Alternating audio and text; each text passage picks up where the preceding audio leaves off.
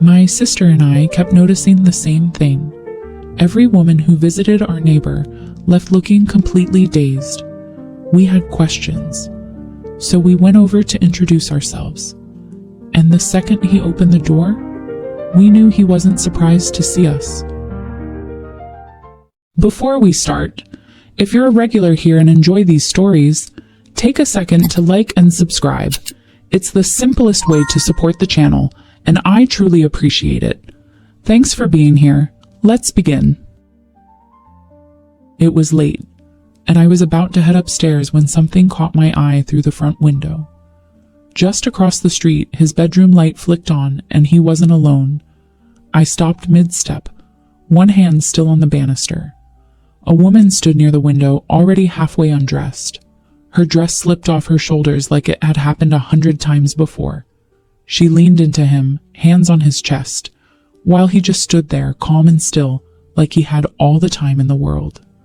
"Claire," I called, my voice low but urgent. "You need to see this." She wandered in with a blanket wrapped around her, hair messy from the couch. "What?" I pointed without turning. "He's at it again," she sighed. "Ava, come on." "No, seriously, look." She stepped beside me, hesitant, but when she glanced out the window, her eyes widened. Through the glass, we could see everything. Her back was against the wall now, his hand braced beside her head. He leaned in, whispering something. She laughed, then went quiet as he slowly lifted her thigh, guiding her closer. Claire covered her mouth. "We shouldn't be watching this." "And yet," I said, grinning. We both stayed there, motionless, pressed close to the window like teenagers spying on something we weren't supposed to see. He moved slowly, like he'd done this 1,000 times, like her reactions didn't surprise him anymore. She clung to him, her head rolling back, her legs shaky before she even moved. When he turned her around, she held the window frame like it was the only thing keeping her steady. Claire shifted. "Is that the same girl from last week?" "Nope," I said. "That's a new one. 5th, maybe 6th this month." Claire shook her head, but her eyes didn't leave the window. "That's insane." "I'm telling you," I whispered. "They come in confident, laughing, flirting, and leave looking like they've just been through something they'll never forget." We watched her tense again. Her mouth dropped open, jaw slack, eyes fluttering. He barely moved, but whatever he was doing had her holding on like her whole body was reacting to it. Claire turned away, flustered. "Okay, that's enough." I didn't move. "You can't tell me you're not a little curious." She sat down on the armrest, clutching her blanket tighter. "I mean, he is kind of impressive." "Kind of," I said. "That man is a walking mystery. Mid-50s, barely says a word, never brags, and somehow has every woman in this neighborhood leaving his place like they just stepped out of a dream." Claire bit her lip. I smiled. "I want to know what that's like." She laughed, nervously. "You're not serious." "Oh, I'm very serious. Not tonight," I added. "But tomorrow, I might go over there, say hi, introduce myself." "You're going to what? Knock on his door and ask for a sample?" "Maybe I'll borrow sugar," I said, grinning. "Or ask if he needs help carrying something heavy. Whatever works." Claire stood, blanket still clutched tight. "You're out of your mind." "I know," I said, but admit it, you're wondering too." She didn't answer, just pulled the blanket tighter and looked away. I woke up the next morning with one thing still stuck in my head. Him. No part of me felt guilty about watching. If anything, I was more curious than ever. What was it about him that left every woman completely shaken?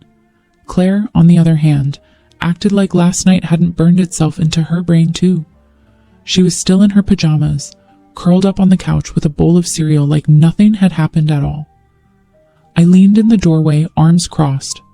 "So," I said casually, "I'm thinking, now's a good time." She didn't look up. "Good time for what?" "You know what?" She sighed, already bracing. "You were serious?" "Completely." "Ava," she groaned, "you cannot just knock on some man's door because you liked what you saw through his window. First of all, I said, grabbing my keys, it's not just what I saw. It's what I've seen. Repeatedly, consistently. And last night, that sealed it. Claire pulled the blanket over her head. I'm not going. You don't have to do anything, I said. Just come with me. Back me up.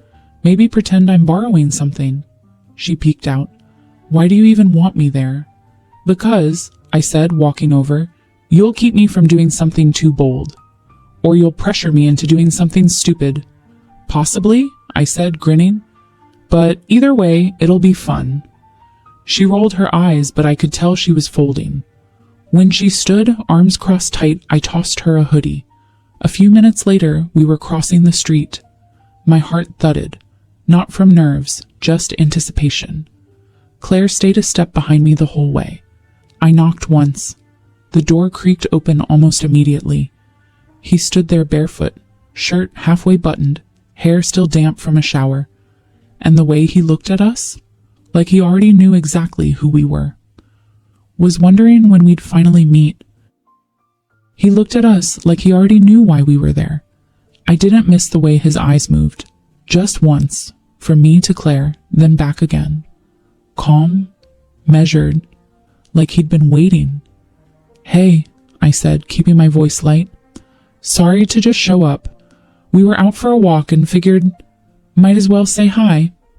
Claire stood just behind me, arms crossed, hoodie pulled tight like she wanted to disappear. He nodded once. Nice of you to stop by. We're Ava and Claire, I added. Across the street. I know. That was all he said. Nothing more. But something in the way he said it made it clear. He didn't buy our excuse. And he didn't need to. He stepped aside. We walked in. The house was warm and still, filled with soft light and the faint smell of coffee. Music played somewhere in the background. Slow, low, like it had been on for hours. On the counter, 2 glasses, one already full. I raised an eyebrow. Expecting someone? Not really, he said. Just figured I might have company. I shot Claire a look. She pretended not to notice. He handed me the glass. I took it without hesitation. Claire hovered near the door, still unsure, still quiet. You're not what I pictured, I said, taking a small sip. Neither are you, I smirked. And what did you picture? His tone didn't change.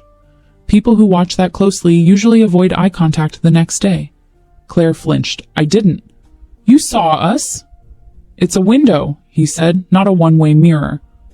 I laughed, quiet and sharp. Fair. He dropped onto the edge of the couch like it was nothing, arms resting on his knees. Claire still hadn't moved. You can go any time, he said gently, looking her way. No pressure? She didn't answer, just stayed where she was, eyes flicking between us. I leaned on the back of the couch, facing him. You get a lot of fake excuses at your door? He looked up at me and smiled, calm and sure. I leave the window open for a reason. I didn't back away. I got closer. I leaned against him, one leg draped casually across his lap, fingers resting lightly on his shoulder. He didn't move, just let his hand settle on my thigh like he'd been expecting me. Claire's voice cut through the quiet. You're actually doing this? I looked over at her, still standing near the door. You act like I dragged you here. You kind of did. Then go, I said simply. Or stay and admit you're not just here for me. She shook her head. He's a stranger, Ava. Number. He's the man who's had every woman in this neighborhood leaving his house like they forgot what year it was, including the one we watched last night. He raised an eyebrow, just slightly. I try to make sure they don't forget me. Claire flinched at that, but her eyes stayed locked on his. I stood up slowly, walked over and took her hand. She froze. I felt her pulse jump under my fingers. You don't have to do anything, I said quietly, but don't lie to yourself either. Then I guided her forward, step by step, right in front of him. He looked up at her, calm, steady, unreadable, then leaned in and kissed her. Claire let out a shaky breath when his mouth touched hers, but after a heartbeat she pulled back, her face flushed. I didn't hesitate. I stepped in, brushing past her, and kissed him with full intent. No guessing, no pause. I made it clear what I wanted. His hands moved to my hips, steady and deliberate. When I leaned back, neither of us said a word. I reached for the hem of my dress, and he mirrored me. We slipped out of them like it wasn't the first time we'd done this with someone. Then I moved closer, hands still resting on him. His breathing shifted. I took my time, tracking every change in his body, the way his shoulders tightened, how his grip tensed slightly against the cushion. I wanted to feel everything he was holding back. Behind me, something changed. He looked past me and offered a hand. Claire stood there, still holding her dress like a shield, hovering between stepping forward and walking out. He didn't say a word, just nodded. Claire moved toward us, slow, cautious, but not resisting. He kissed her again, softly this time. She didn't pull away. His hand slid behind her neck, grounding her, while his other hand helped ease the dress from her shoulders. It dropped without a sound, and her breath followed. I kept going, letting the rhythm guide me. Claire joined me on the floor, still hesitant, until he touched her cheek, guiding her with calm certainty. Our hands brushed briefly, both of us focused on the same purpose. She was slower, more tentative, but growing bolder with each movement. When his head tipped back slightly, I knew we were making progress. Then he spoke, voice low and steady. "Both of you." Up we stood together. He slid further into the couch, arms resting wide. I climbed onto the cushions, straddling him slowly, and shifted until I was exactly where I needed to be. The moment his lips met my skin, my grip tightened. His movements were deliberate, focused, unrushed, endlessly skilled. I tilted my head back, breathing through it. Claire lowered herself again, and I glanced down as she picked up where I'd left off. Her hands found their rhythm, growing more confident as I guided her gently. We moved together with shared purpose. His attention didn't falter. Every motion built on the last, sending waves through my legs, tightening everything in me. My balance wavered, but I didn't want him to stop, not when he was this close to undoing me. Then Claire inhaled sharply. He touched her, encouraging her up. She stood and let him guide her into his lap. His hand steadied her at the waist.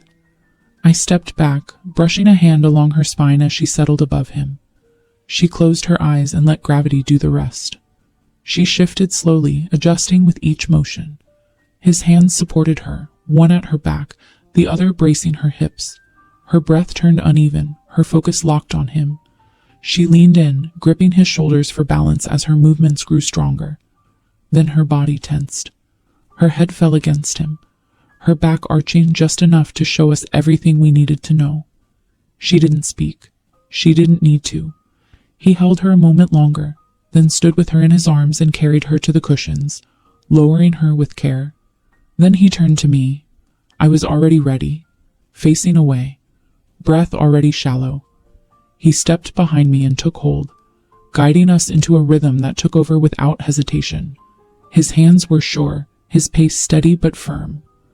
Claire lay nearby, watching through half-closed eyes, still catching her breath. I smiled at her. Then the pressure shifted. I gasped, grabbing at the couch for balance. Every second pulled me deeper into it. He knew where to go, how to keep me right on the edge.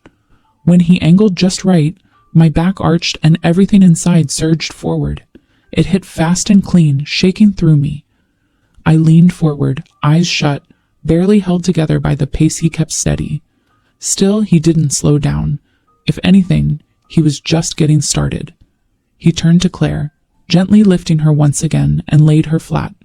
She barely had a second before he joined her, moving with even more urgency. I knelt beside them, wiping the sweat from her brow, trailing light kisses along his shoulder and chest. Claire's hand searched for mine. I held it tight. She moved with him again, and faster this time. Her body responded easily, rising to meet him. She gripped the cushions. Her breathing shifted. Her reaction grew stronger with each moment, building, not stopping. I watched her closely, amazed. He kept going, focused, fierce, somehow tireless. His stamina didn't just impress, it overwhelmed.